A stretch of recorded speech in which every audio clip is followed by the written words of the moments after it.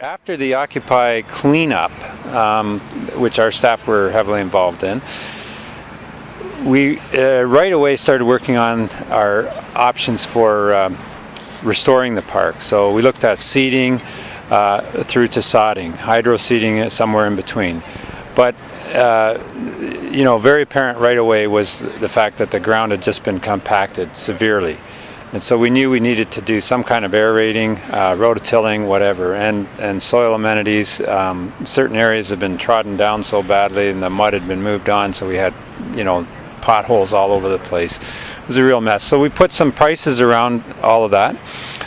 We put that out to our Parks Chair, Norm Kelly, Parks and Environment Chair, and he right away went out to the media with that, and I think it was the same day or the next morning we already had offers coming in from different companies saying, well, we could provide seed for you or things like that, but our preferred route was sod, and of course that was quite expensive. It was going to cost $66,000, and coming off the tax base as an unplanned expenditure, that's a big deal.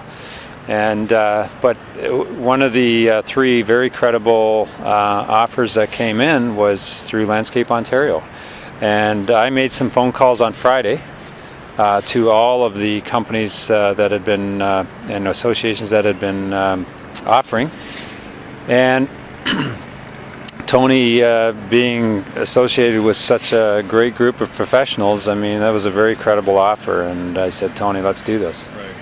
Came together that quickly. It came together that quickly, and then on Monday just a few more phone calls, and Tuesday was all about getting it organized. Yeah. So were you surprised at how quickly the actual laying of the sod and the rest of the prep? But this happened, 2 days. One day to prep it, one day to sod it. Right. It's phenomenal. Yeah. It's about 3.2 hectares in size in total, the whole park space, including the English garden. But that part's quite small. So I mean, what you see is just a huge expanse in 2 days. Right. Amazing, and that's the professionalism of the trades coming through. Yeah. What about comments from residents? Have you received a lot of comments from them? Yeah, the residents and the local businesses are just thrilled. I mean, the funny thing was when the porta potties came in, Tony asked if we could get a couple of porta potties. The first porta potty was barely on the ground, and already we had people phoning, what's going on, and they were uptight. Because we hadn't had time yet to put the message out to say this is what we're doing. We just had to make it happen. And so at the same time as we were preparing, we were also starting to get the message out.